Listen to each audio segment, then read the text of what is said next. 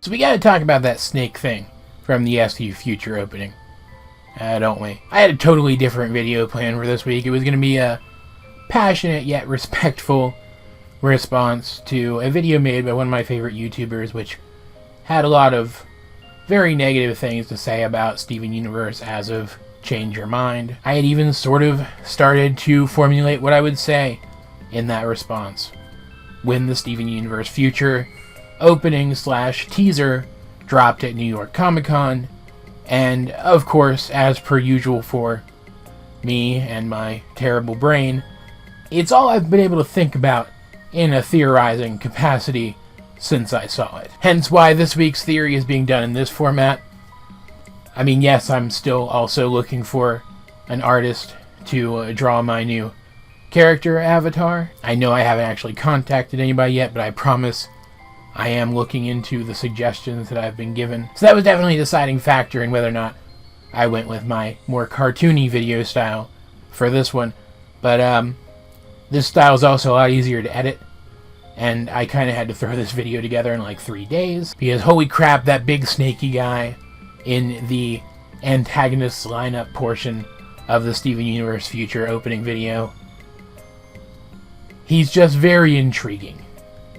Let's put it that way. And I'm not the only person who thinks this.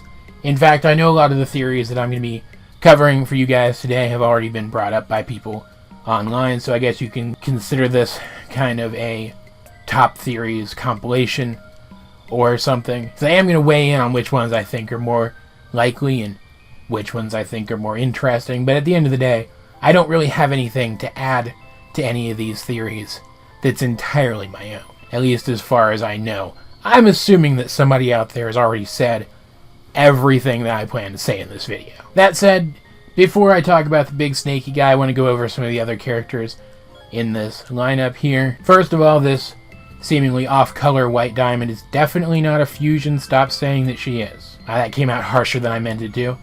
But just look at her, seriously. I mean, I know some people are saying that it's strange that her nose is glowing, but it's definitely just a stylistic choice. Her mouth is also glowing, and so are her eyes.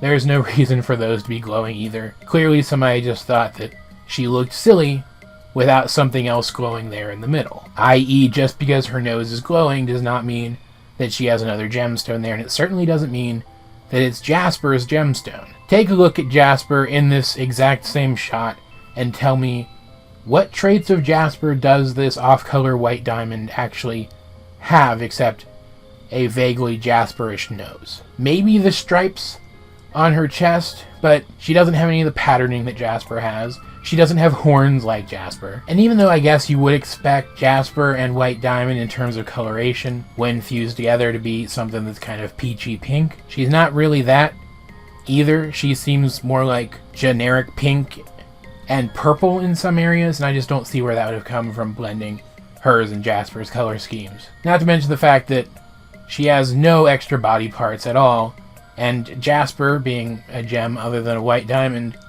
would produce a fusion with extra body parts when she fused with a white diamond. That's just a fact of their biology. In fact, white diamond being a unique gem, when fusing with any other gem ever, would produce a fusion with extra body parts. Unless diamond biology is just that different from the biology of regular gems, and Rose herself, her fusions would seem to suggest otherwise, then this white diamond here cannot be a fusion, and it's important that we establish that going into the stuff about the giant snake monster later on in this video. I also want to clarify where I was seeing 4 legs on this supposed aquamarine fusion. Some people weren't seeing it. I'll blow this up as much as I can.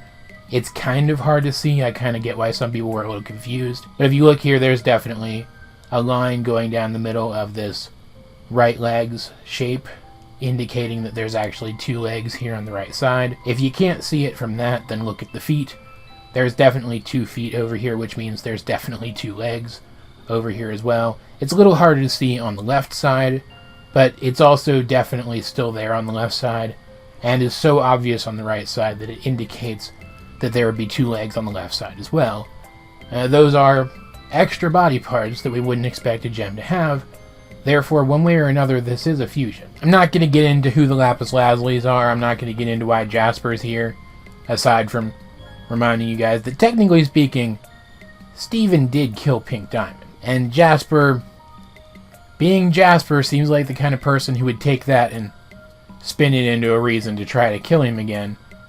After all, she's so comfortable with trying to kill him already. Why change things up now? I will talk a little bit about this cactus monster, though, because, simply put, the idea of a Steven cactus monster is an odd one, since we haven't seen any cacti at all, at least as far as I can recall, or that I was able to find, anywhere within the vicinity of Beach City. I've seen a couple people suggest that maybe there's just a plant shop somewhere in town, and Steven was able to accidentally spit on some cacti there, but that seems really easy an answer and super boring, so we're going to ignore that and talk about more interesting options.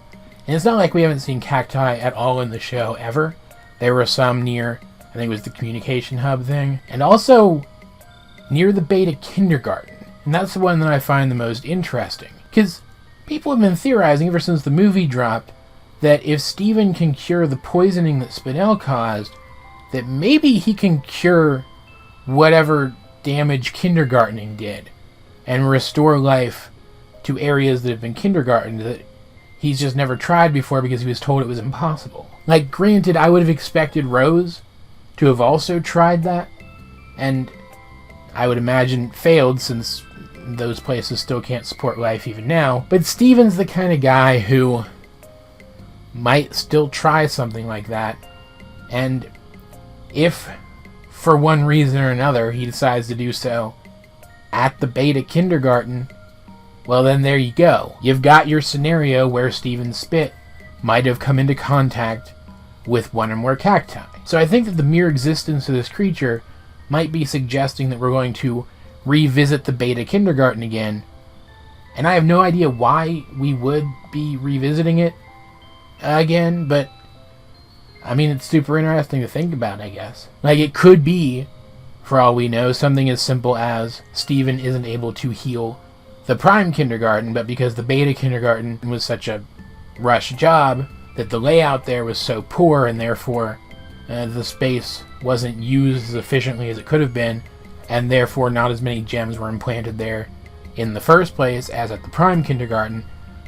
Maybe Steven will assume that the damage there isn't as severe and that he can repair it where he wasn't able to repair the damage at the Prime Kindergarten, and so he goes there in some stubborn attempt to keep trying and accidentally creates this monster. Or maybe it'll just turn out that Ronaldo gets a hold of some of his spit and tries to make a cactus monster with it and succeeds spectacularly, as some people have suggested. But you know, that could be a lot of fun too, especially if it pricks him a lot. I don't know, let's talk in the comments about which one of those things we'd like to see more, shall we? And it's actually noteworthy that we would mention Ronaldo at this particular point in the video, because we're getting ready to transition to the meat and potatoes of this thing, what exactly that giant serpentine monster in this shot could possibly be. And when serpentine creatures are mentioned in the context of this show, it always comes back to the Sneeple, because of course it does. I mean, even I at this point have done a video about the Sneeple. They're just fun to talk about, and I mean, it's an absolutely ridiculous theory. It always has been, especially in the specific form that Ronaldo presented it in. But Ronaldo does turn out to be at least kind of right most of the time. And the crew really likes to screw with us, and they really like to foreshadow things way before they actually show up. So there's a very likely possibility that this is a Snurson. See, I said it right for you nerds, even though Sneeple as a singular is objectively funnier. In fact, the reason that it was important to bring up White Diamond again in the context of this video is because it's possible that the Sneeple will actually turn out to be the race that created the gems in the first place, and that this colorful, angry, villainous White Diamond will come about as a result of this Snurson, or multiple Sneeple, showing up and resetting her to factory settings. Maybe that's why that was the plot of the movie, to set up the fact that that's possible. We know already that White Diamond wasn't always white, that she cast off parts of herself, emotions that she felt, and gave them physical form to create the other diamonds, that before that she was colorful and far less logical and far more chaotic. It's possible that the Sneeple have been allowing her to continue on after having modified herself, because at the very least she was still spreading her light throughout the entire universe as she was programmed to do. But now that the fact that she became White Diamond has led to her changing her ways, they show up and assume that resetting her to the thing that she was originally will get her back on track. After all, this would be, as I've said other places before, the perfect time for another alien race to show up and attack the Gempire. We know for a fact that Yellow Diamond dismantled the Gempire's military. And if these things are the creators of White Diamond, then it's unlikely that even the powers of the diamonds would be enough to stop them from doing whatever they want, should they arrive. I think that this is the more likely theory out of the ones that have been popping up regarding what this thing could be. But there's a more interesting one, and it's the entire reason that I threw this video together as quickly as I did, and that's that this worm thing, this giant snake kaiju monster, is Steven. I mean, I know it sounds ridiculous, but think about it for a second. It's pink, and historically, pink things, in the context of this show, have some connection to Pink Diamond, and Steven, of course, has a connection to Pink Diamond. She was his mom, after all. And if you look at this thing, doesn't it look eerily kind of like Steven? Look at it in profile. The side of its head as it turns, it looks kind of like Steven's head. Like, it's obviously more angular, more square-jawed than Steven is, but there's still a resemblance, and it has his nose. Exactly. Not to mention the fact that Steven has been shown to be empathetic towards snakes multiple times over the course of the series, and, I mean, he dressed up as a Snursen once. Like, straight up dressed up as a Snursen. Then there's stuff like Steven's gem and a characterized snake being on opposite ends of the money in this world, almost like the two are opposite sides of the same coin. If he was destined to one day turn into a giant snake kaiju, that's definitely the kind of thing that the crew would have used to foreshadow that. There's also this that somebody pointed out on Tumblr that I didn't even think of right away, that caterpillar sleeping bag thing that he used to sleep in sometimes has little nubs on it which correspond to the placement of the blades on this giant snake worm kaiju thing's head, and that again is exactly the kind of visual detail that the crew would have used to foreshadow this thing if it is the case. I said in my breakdown of this opening sequence that I didn't think that this thing was a gem, specifically because we don't see a glowing gemstone on it anywhere, but there's reason to believe that it could still be a gem, that we just can't see its gemstone because it's hidden behind these other characters, and Steven's naval gemstone would be hidden behind these other characters given where they're placed relative to this snake monster. It would certainly explain the almost human head of this thing. It would certainly explain why its eyes are so different, why they aren't glowing so fully as the other characters' eyes are, because it's not like the other characters. It's something completely different, something that we're supposed to see in a completely different sort of light. And I mean, heck, maybe this corrupted Steven, for lack of a better term, is the Snursen that's been built up this entire time. Maybe there isn't a race of Sneeple. Maybe that was all foreshadowing Steven turning into a Snursen. Like, it kind of gives you chills thinking about it, doesn't it? The only problem I really have with this theory is I don't know how it could happen.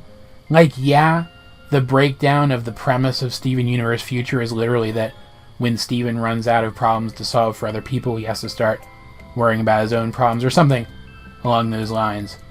That was a bit of a paraphrase there. But we know now what causes corruption. That it's an attack made by the other diamonds against lesser, in quotes, air quotes, gems that causes corruption, that it's not a mental thing that can happen over time, that people can't, gems, I guess, technically can't break down over time and become corrupted. But what if they can? What if we're wrong about that? What if we've been assuming that that can't happen because we think we know what causes corruption now definitively? We also know that fusing with a corrupted gem can cause a gem to become corrupted, so there's already two causes right there. But what if whatever blue, white, and yellow did wasn't specifically the only way to cause corruption? What if it just caused whatever switch is flipped to make a gem corrupt, flipping a whole bunch of gems at once? What if it is still possible that Steven could corrupt over time due to general Steven Universe-esque angst, and that's what the breakdown of this show's premise is alluding to? That's what this creature in this opening sequence is alluding to. What if, in the end, the last enemy that Steven has to overcome is himself? What if, in the end, he has to deal with his own problems using all the stuff that he's learned helping other people deal with theirs? And he has to bring himself back before he can harm the people he cares about. Again, I don't find this one to be as likely just because we have to assume that we're so wrong about what causes corruption in the first place, but it's definitely the more interesting of the two, and I really want to know what people think about it in the comment section down below, because, like, this one's pretty widespread. I guarantee that the majority of people who see this video will have already encountered this theory somewhere online and will have formed an opinion about it, and I want to know those opinions very desperately because, like I said, it's super interesting, and I, of course, as I also have said, can't stop thinking about it. So let's get a discussion going in the comment section down below about that or about any of the other stuff that I talked about in this video. And I don't know, man. Shoot me some suggestions regarding what other Steven Universe content you'd like me to cover from the recent Comic-Con or anything else that's happened recently. You want me to review the new book, for example? Let me know in the comment section down below or over my Discord. Link in the description. But either way, this has been AJ22, and I will talk to you guys later.